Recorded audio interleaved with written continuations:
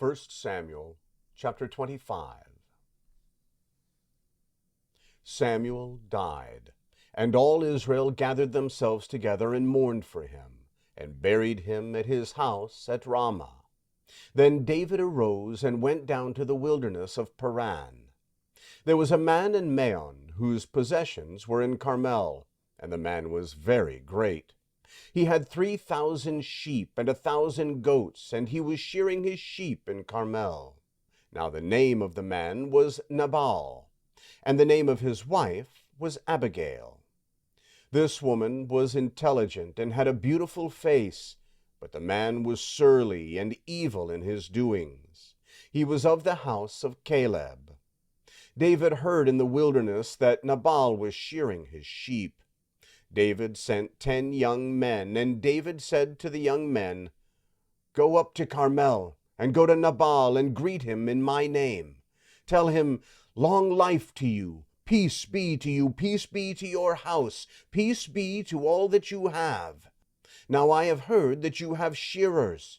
Your sheep have now been with us, and we didn't harm them. Nothing was missing from them all the time they were in Carmel.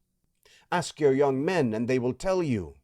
Therefore let the young men find favor in your eyes, for we come on a good day.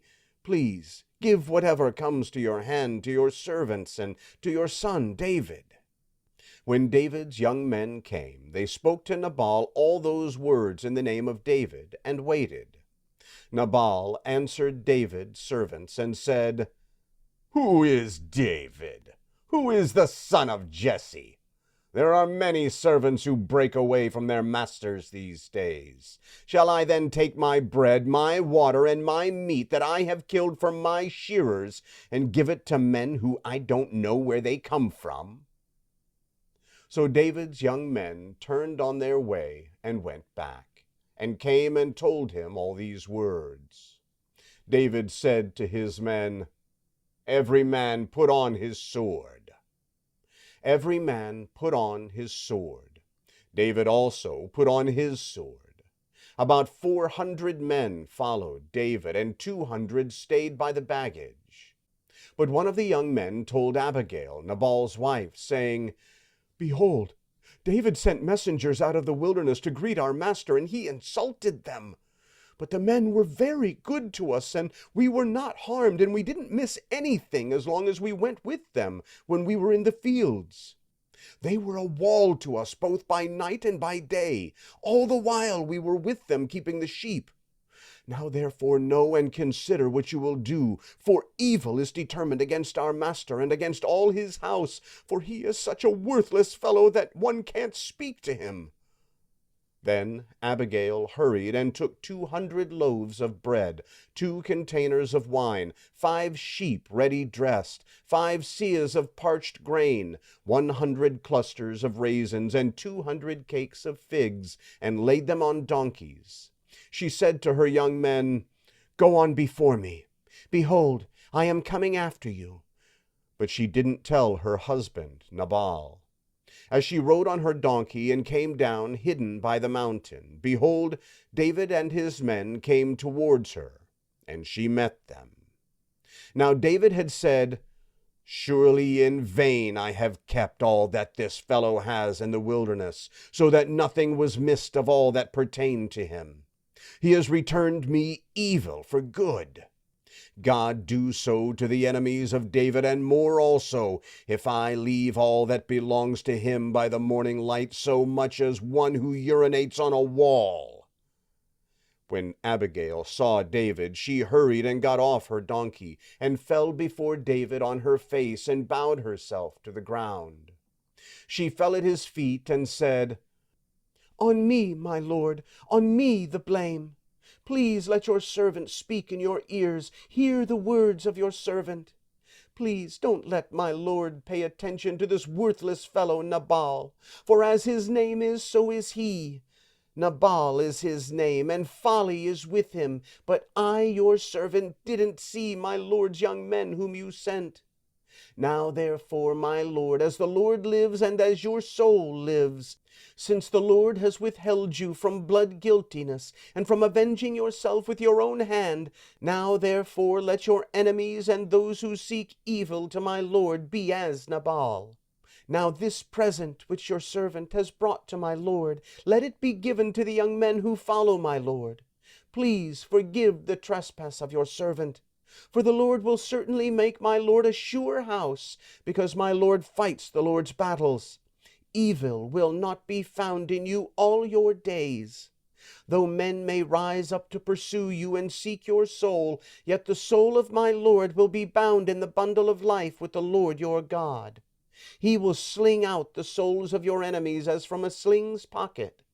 It will come to pass, when the Lord has done to my lord according to all the good that he has spoken concerning you, and has appointed you king over Israel, that this shall be no grief to you, nor offense of heart to my lord, either that you have shed blood without cause, or that my lord has avenged himself. When the Lord has dealt well with my lord, then remember your servant. David said to Abigail, Blessed is the Lord, the God of Israel, who sent you today to meet me. Blessed is your discretion, and blessed are you, who have kept me today from blood guiltiness, and from avenging myself with my own hand. For indeed, as the Lord, the God of Israel, lives, who has withheld me from harming you, unless you had hurried and come to meet me, surely there wouldn't have been left to Nabal by the morning light so much as one who urinates on a wall. So David received from her hand that which she had brought him. Then he said to her, Go up in peace to your house. Behold, I have listened to your voice and have granted your request. Abigail came to Nabal, and behold, he held a feast in his house like the feast of a king. Nabal's heart was merry within him, for he was very drunk. Therefore she told him nothing until the morning light. In the morning, when the wine had gone out of Nabal, his wife told him these things, and his heart died within him, and he became as a stone. About 10 days later, the Lord struck Nabal so that he died.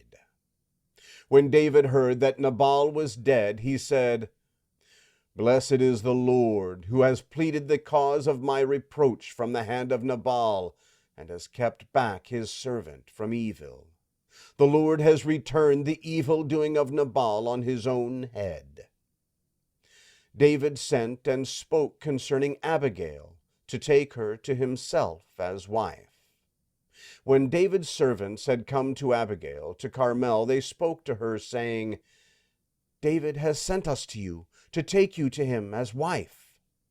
She arose and bowed herself with her face to the earth, and said, Behold, your servant is a servant to wash the feet of the servants of my lord.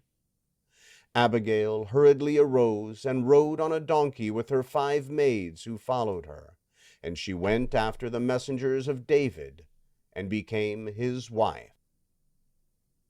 David also took Ahinoam of Jezreel, and they both became his wives.